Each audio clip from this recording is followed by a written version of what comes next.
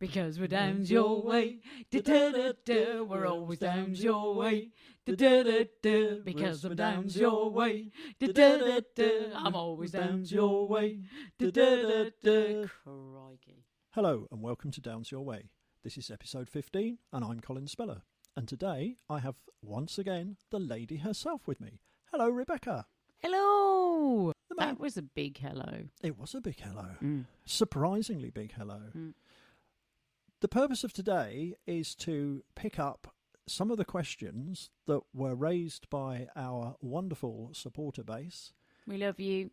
At the live stream last Friday night that we either didn't get a chance to answer, or I say we, Rebecca didn't get a chance to answer, or we only answered them briefly because the question was of the tell me the answer to life, the universe and everything nature. So we'll have a quick run through some of those and see how we get on, and I'm sure the debate will expand into life, the universe and everything. So, which one do you want to start with? Well, the first one was an absolutely excellent question by Paul Turner. And it was a question that I did say does need a long explanation, just because it deserves a long explanation. So the question was, the kind of profession you are in is very tough. Ain't that the case? And it shows you love it. Do you feel it's harder now in the days of social media or easier to get a break and make a good living from your music? We see a lot of bands making good money as tribute bands. What do you think of bands using other people's songs? Okay, so we've got two questions in one there. The first part, do I think social media makes it harder or easier?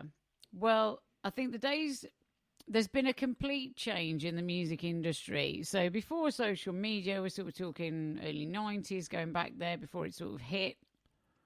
Basically, it was a case of you got a record contract or you didn't, and that was it. So me getting my music, in the likes of HMV, which obviously have done, and, seeing your actual physical album there in a shop would not have been possible. I don't think. I may stand corrected if somebody wants to correct me, but I don't think that would have been the case. So it was either you get a record deal or you just don't. So there was no kind of, you could be an independent artist, but the chances of kind of doing what I've done and what most independent artists do now would be exceptionally hard, if not impossible. It's a cold night, I should hold you as you tell me the bad news. Okay, so back in the day, you didn't have a record contract. You were sort of out and pretty much out of the game. So today we got, much more a case of most people stay independent.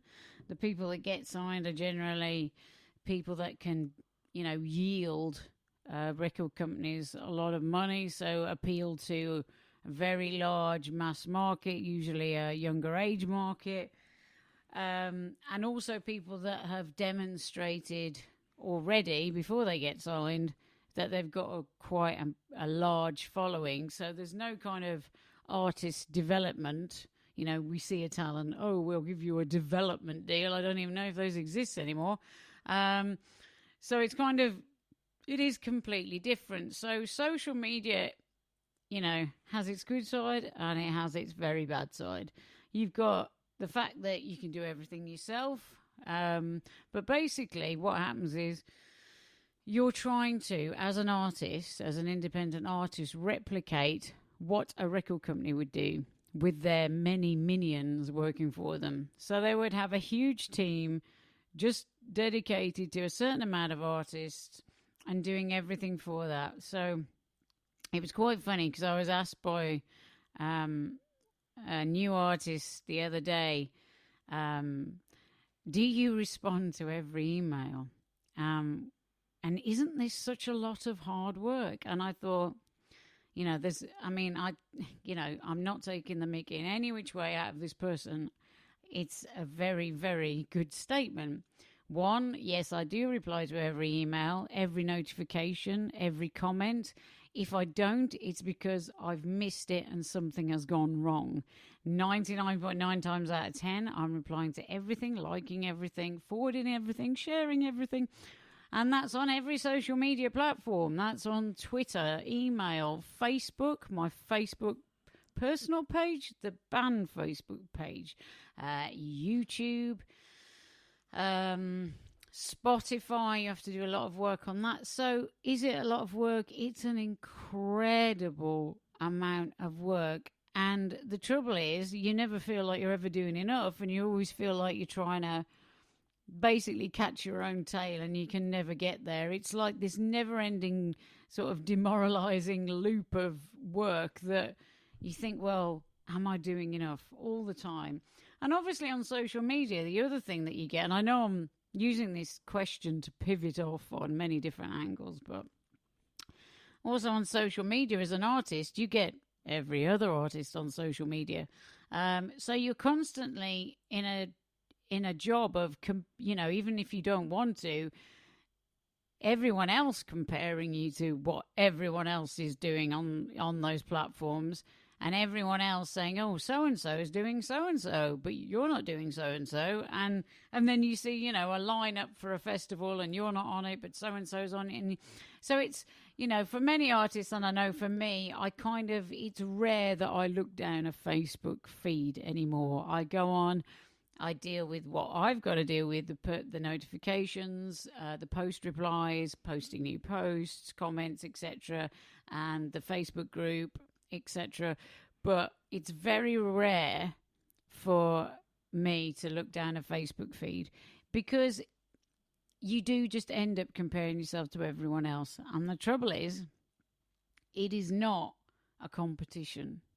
Social media does make it seem like it is, and it's not. You're only competing with yourself. That's it at the end of the day. If someone else is doing better or worse than you, it's no reflection on what you're doing, but it's very hard to deal with the influx of information about other artists that social media provides you with. Whether you want it or not, it still provides you with it. So you have to be quite astute. It's not that you're being funny and ignoring other artists. It's just that you're trying to basically concentrate on your own stuff and not get distracted and depressed or, jealous even of what other people are doing, because it's just a pointless exercise. Sometimes you're ahead, sometimes you're behind, but the race is long and it's only win yourself. So, the social media aspect of it, the entire music industry has been in flux and in change since the invention of social media. It's completely changed the marketplace.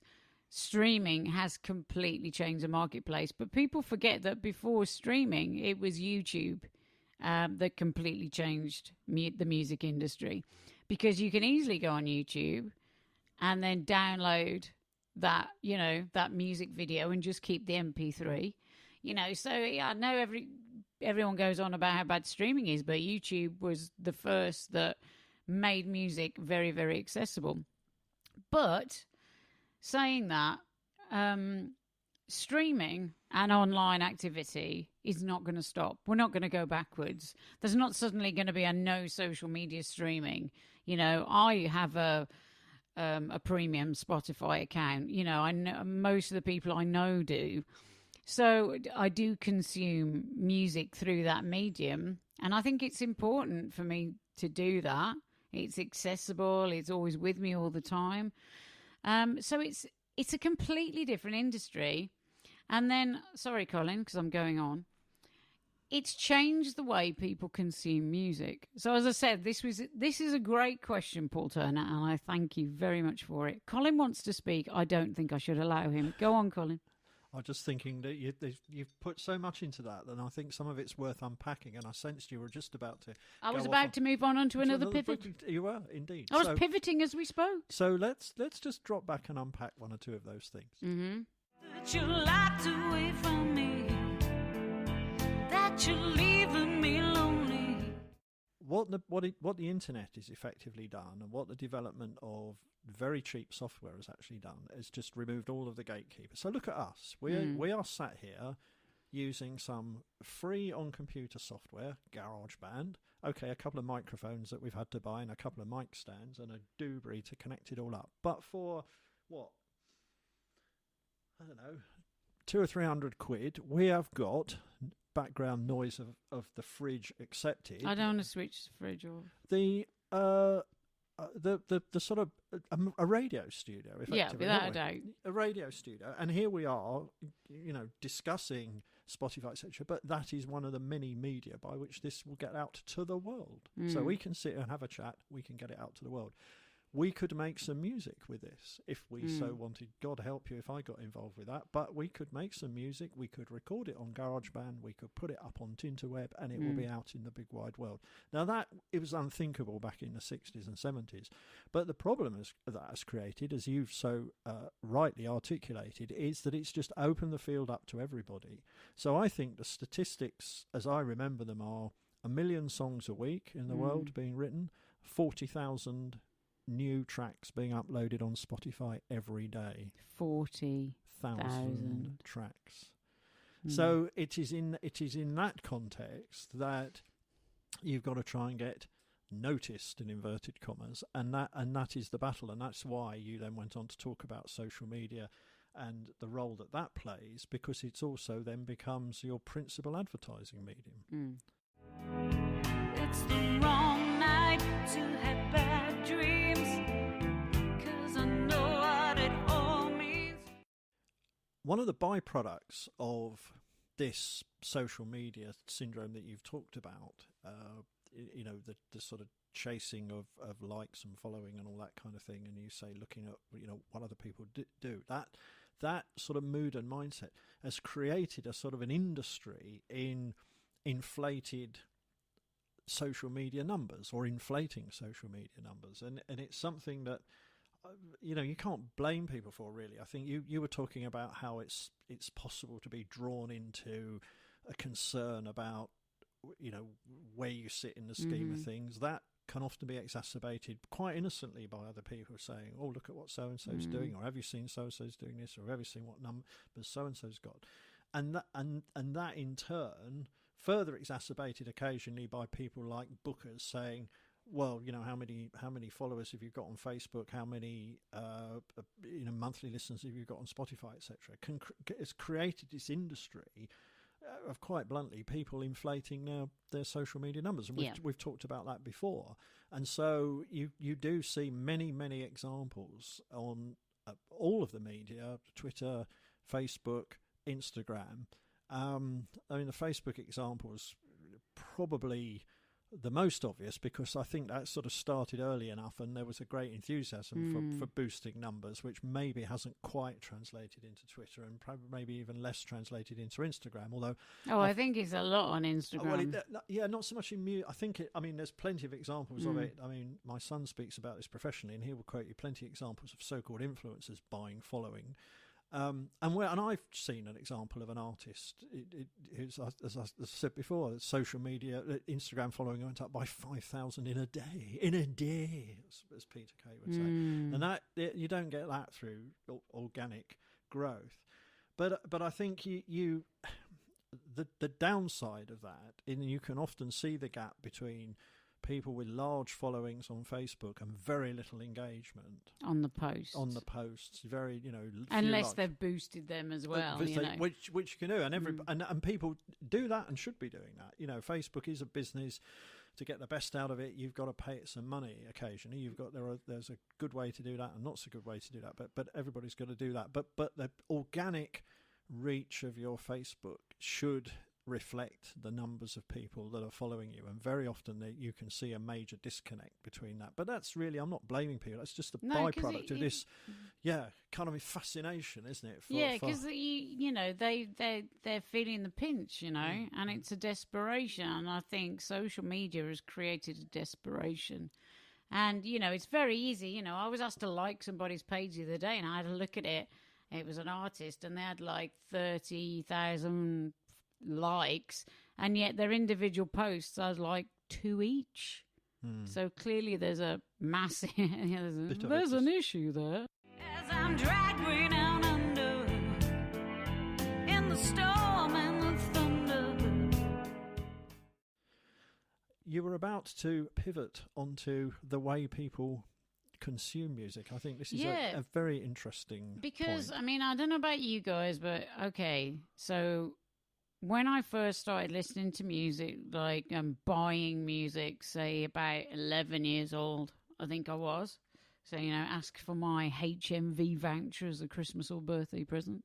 And it would be, an event, as I remember my young self going into HMV, possibly spending a couple of hours deliberating over, okay, is it this CD, that CD, this, how can I get 2 or 3 CDs, or what am I going to have to sacrifice?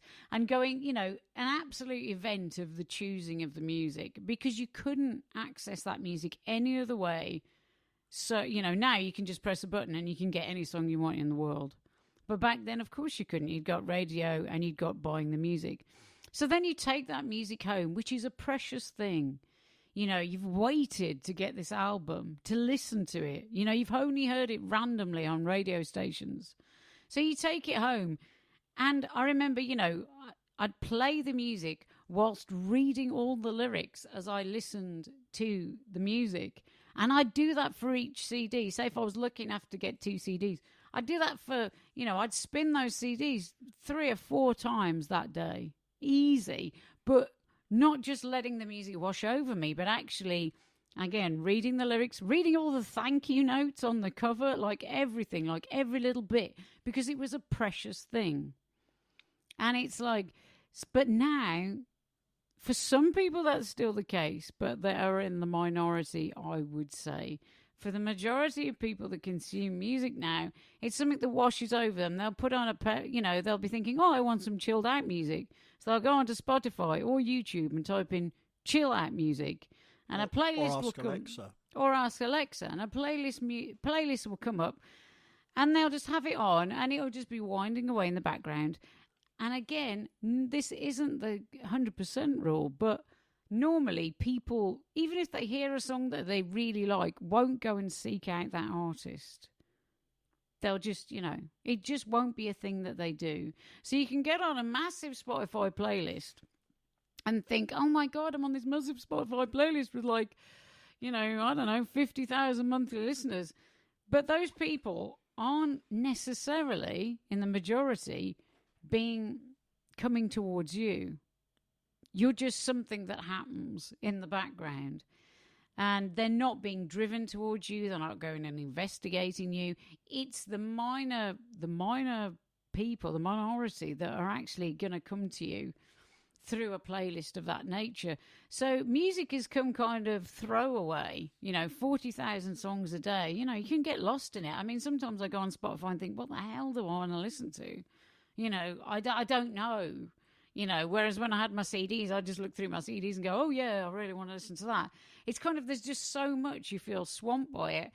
And the quality sometimes is poor. And it's kind of, because there's no gatekeepers, you're kind of awash in this world of, well, you just don't know what to listen to. And it's become a very, very different thing to the thing I grew up with. Longing for the walls to break down. No one hears you when you're drowning. Somebody hold back the flood. One of the debates that I see quite a bit on social media, and I saw it again only last week, was from an artist who was lamenting the whole impact of Spotify on their business, if you like. And one of the things that I can't remember what she said now, I think she'd had something like 18,000 streams, and she was looking forward at some point down the track to receiving about 240 quid or something like that for those streams. And everybody was piling in, this is an outrage, which it is. I kind of get that. But then at the other end, Spotify isn't really making any money. Maybe it's not charging enough for this monthly access to the worldwide repertoire of music, but that's another story. But what when these stories break, what they always come back to, and there's always somebody who says, well, why do you put your music on there then? And it's quite interesting because when I first got involved in this stuff, I went back to I read a business book, God help me, because I used to do that sort of thing in those days, called The Curve. Very good book. It is a very good book, and it talked about music and the kind of related area of writing, book writing in the modern era, and the same is applied there. The gatekeepers are gone. Anybody can my son wrote his own novelette, novella or whatever they called it, and published it on Amazon Kindle. You can do it. There's no gatekeeper. You can do it. You can get your stuff out there, and very good it was too, if I may say so. But my point is, these similar things apply, and the book really made the point that you've got to kind of accept that that's the world you're now operating in, and one way or another, if people want to get access to your product free of charge or very cheaply, they will do. So the aim for most artists is to actually create a supporter base made up of so-called superfans, people who really buy into what they do and who will support them by buying discs, buying merchandise and coming to their gigs. And it's the fulcrum of each music business, which is what an artist is really in practice, is to try and grow that support base, that narrow band of people who will buy into what you do, to be as big as possible. And I may have quoted this on here before. They had an American group that had produced 5 albums worth of material in one go.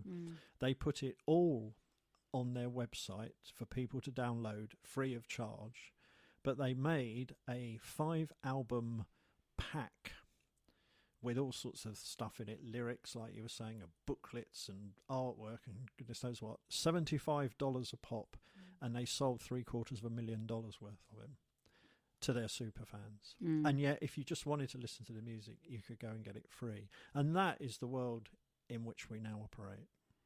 So it's like, basically, you can be a musician, and you can be a music artist, but the levels are now from 0 to 10, whereas before they were just 10. It's like you can class yourself as a music artist at whatever level you really are at. 'Cause I'm full of tears. There was another part to Paul's question, which was, we see a lot of bands making good money as tribute bands. What do you think of bands using other people's songs? I think that you mean, what do you think of bands using, like songs for tribute purposes? You know what? If they're making money at it, they're incredibly popular. The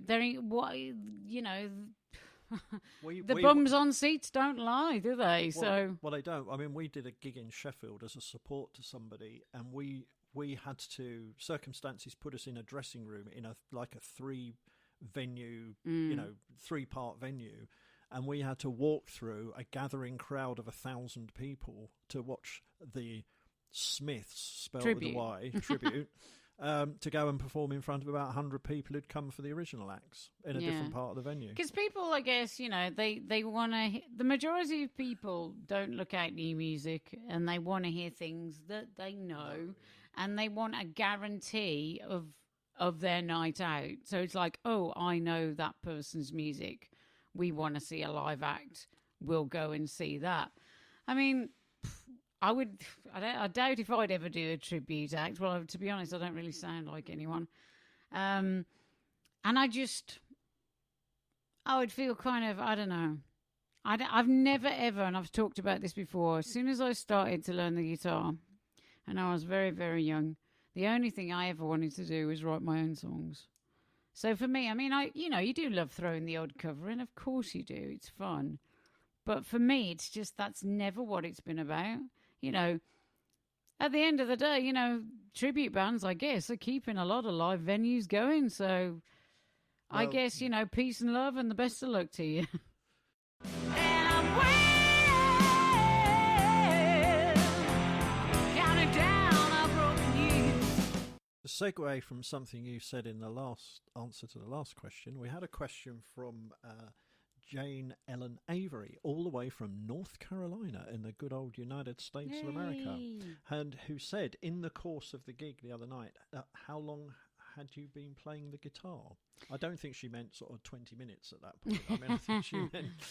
Well, hello, North Carolina. Since I was about, I do get confused about times, dates, the universe, the world. I was about 12 when I actually started getting proper lessons. So, couple of years.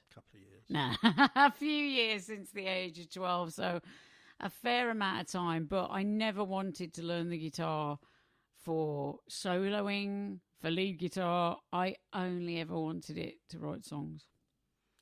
And circumstances have pushed you into doing the soloing. Okay, so let's pick up another one from the feed the other night. From Craig Fisher, would you consider doing an album of all the covers you are doing on these streamed shows? I mean, I don't know, probably not. I don't know. But never say never. I think me and Steve have been talking a lot about some of the cover songs that I've been doing on the streams. And potentially we will try and change some of the covers in the set to accommodate maybe some new stuff. I don't know about an album of that, as I say, because it's not really... I think we might put a cover on an album, but I think to do an entire album of that is not really, as I said, what I'm about, and I know it's not what Steve's about. No, I think the main purpose is the original music. The covers fulfill a role. They entertain people. They give people a benchmark to, particularly new people coming to gigs. They give you a sort of a benchmark against which to assess you. But the economics, I can tell you, for an independent act of doing such an album wouldn't be particularly encouraging. You've got to buy a lot of licenses. You got to buy the licenses. You got to pay for them. Putting out an album is still an expensive business, even if you do it, as cheaply as you possibly can. If you're going to do it properly and you're going to back it with the right promotion, you're still looking at several £1,000s. And I think it's quite debatable whether we'd get that back. But as you say, never say never. Never say never. And going slightly back to the tribute question in relation to cover songs, I've always thought maybe I'd make more money if I was a tribute to Rebecca Downs. Just the word tribute. Maybe, maybe they'd suddenly just see the word tribute, forget about what it's about, and people would just flock thinking, oh. The most authentic Rebecca Downs tribute on the circuit. Depends which Rebecca Downs you'd be paying tribute to. I don't know, which Rebecca Downs, any one of them. You'd have to have a range of hairstyles, I could buy a curly wig from back in the day. Don't bother me. Buy another leopard print coat. Yeah, come on, we can do this. Back in business. Okay. I've got two more questions from the stream the other night, both from Julian Smith. The first was, will you be doing an acoustic part to your sets in the future? We'd struggle to fit the guitars in the van, but I will allow the artistic answer. Yeah, there is logistic elements with that because we barely, and I do mean barely, by Colin basically performing Jenga in the back of the van, fitting, and that's with merch and amps and drums. So to fit in another, because we'd probably need 3 acoustic guitars. So that's going to... I would definitely love to do the acoustic shows again as a full acoustic show, because I think there's a completely different vibe between the acoustic and the electric, and to switch from one to the other during a set sometimes kind of can be a bit awkward for the audience as well. Depending on the venue. So to tailor a venue to either electric or acoustic performance, I think is quite important. So we're definitely looking to do more acoustic shows again because we just love to do them. Okay. And there's another part to his question, which was, do you think these live streams will make you rethink your live set at all? I think we were already rethinking the live set because you generally do that anyway. Definitely cover-wise, the covers that we're known for, obviously we're not going to just ditch them, but I would really like to kind of keep things updated. With some of the new songs, we'd like to bring in ones that we haven't played live before. or haven't played live a lot before. So there's like that aspect to it. So the set as well can sometimes change depending on, what kind of gig it is, whether it's like a rock festival or whether it's, it can change depending on what we think, the audience is going to go for out of our repertoire. So, yeah, it's always changing. It's a long night, can't sleep. Water's flowing round my feet. I do have a last question from Lloyd Allen. What do the band do apart from play in the band together, i.e. jobs? Well, I'm a vocal coach and have been for many, many years now. And I do that for universities, colleges, and privately, although it's certainly not a full-time job, because I couldn't have a full-time job and do this. I'd probably be dead. It's a lot of work. Steve is a full-time musician. He used to be head of music at a secondary school in Birmingham. And he's been in bands and writing music all his life, as you probably know. Vince Cenzo Bianco, John Yarrington, our bass player, has got his own business. What is it now? He designs restaurants, food outlets, etc. That may be understating what he does. I'm still determined. He's very successful. I'm determined to get Vince on one of these podcasts. He keeps swerving it, but if he feels shortchanged by my answer, Vince, get your backside onto the end of a Zoom, and we'll capture the real version and get it out on a future podcast episode. But that is the area in which he works. Yeah, he's very successful and very, very hardworking. I'll tell you that much. Neil Ablard, a new drummer. He has a print. It's called Solo Signs, his own printing business. And he's been in bands, like me, forever on a day. And he works very, very hard. And he looks like a business that's going from strength to strength. Nigel Darville is now retired. He used to work as a lecturer in music at a college in Birmingham, and he's also, as you know, toured with major international artists all the way through his life, but definitely loves his retirement, I think. Aidan Goldstraw, who plays keys and piano with us, alongside us, when they switch teams. And he does what he writes for. I know he used to work for a newspaper. He's like a journalist, and now he writes for a company magazine, a company sort of online brochure thing. Yeah, in-house magazine. Yeah, in-house magazine. He edits and writes. He's also into photography, filming. He's got his own YouTube channel. He's got 2 YouTube channels: a music channel and one for his private interests, which include railways, I believe. He's a very busy boy. He's got a drone, as our Aidan. Oh, he loves drones. Well, yeah, there will come a point where that drone may well be employed. We want to steal your drone. In a Rebecca Downs music video. We want to steal your drone. Twinkle we want in to the steal eye your for drone. that. So. And that's it, really. So we're all trying to kind of make money. Can I just say on that note that it was quite funny once, because this is a few years ago, asked to perform at a festival. This is going actually right back in the day, at the very start. So we were asked to perform at a festival, pretty good one, by email. But there would be, we can't pay you because, we don't, we can't afford it. We've paid out on the headline acts and we can't afford it, but it's great exposure and there's loads of people there, which actually they're not lying. There was, a fair few people there. So back in the day, as I say, at the very back, this might be like 7 years ago, we said, all right, then we'll take a punt on this and we'll go along. But anyway, so we said yes. We answered in the affirmative to the email. And then he sort of gave us a time slot, which, I said, well, can we have a different slightly later time slot, please? Because people will have jobs and they'll be either trying to get into work in the morning and, it was a long way down the country, so we're going to have to travel.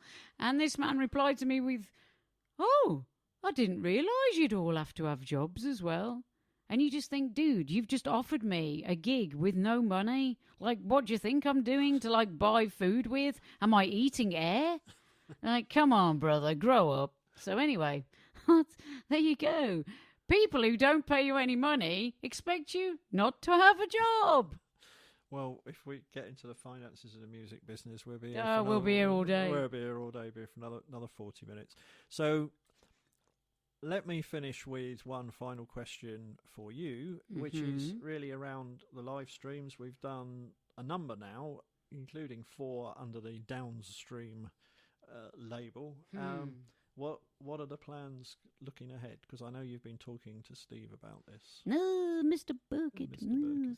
Bucket. Yeah, me and Steve have been talking because obviously things have opened out a little bit. You can form bubbles with different people.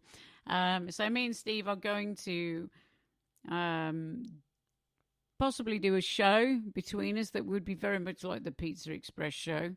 But because of the confines of 2 meters, being 2 meters apart, etc., well, even 1 meter apart, we're going to confine it to the 2 of us at the moment. And maybe when things change a little bit, we'd love to get other members of the band involved. But we need to obviously make sure the sound is top quality as best we can and all that kind of thing. So it's not going to be like one of the streams I've been doing. It would be... those have been a bit of a laugh, and it's been good, to just try and connect with you guys. But this is going to be, mixed sound, and a full kind of acoustic set. Also, I hope if we can do it through another streaming medium, we can actually have interaction from you guys. So if we did it on Zoom or other platforms where you guys can actually cheer, hopefully, when we end the songs, and you can actually ask us questions, and we can actually interact with you like it actually would be at a real gig, which would be brilliant. But I didn't feel able to offer anything more than what I've been offering so far without Steve on board. So now that we've managed to kind of close that gap, hopefully that'll be soon. Yeah, the challenges of this are several, really. We've seen many examples, I think, of people trying to do various live things. I'm not just talking about in the music business, where it's fallen over badly because the broadband's collapsed. You are horribly reliant on good broadband, where Rebecca's been doing her streams from. There is very good broadband, but it's not a particularly conducive environment to performance. It's a living room, basically. So it has excellent broadband, big ticking box, acoustics and setting. Not that great. Great. Attempting to go elsewhere, you run into compromises. You might get a better performance environment. You probably won't have such good broadband. So we're bridging the gap. Yeah, it's trying to find the right compromise. But we're working on something and hope to come forward with something soon, which will be a little bit different and will involve the both of them. Rebecca, thank you for that. I hope that's met the needs of those people who put the questions forward, but undoubtedly, if not, they'll be back at us for further and better particulars. Sure thing. But thank you so much for the questions, guys. I really appreciate it.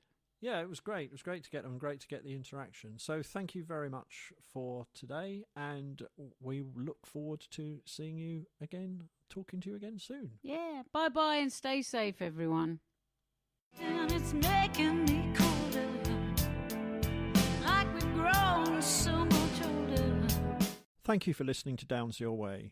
As usual, there's a merchandise discount code, and this episode's code is BECK, all in capitals, BECK. If you put that in at the appropriate point in the checkout process at RebeccaDowns.com, you will receive a 10% discount on all items purchased. Thank you for listening, and we look forward to being back with you soon.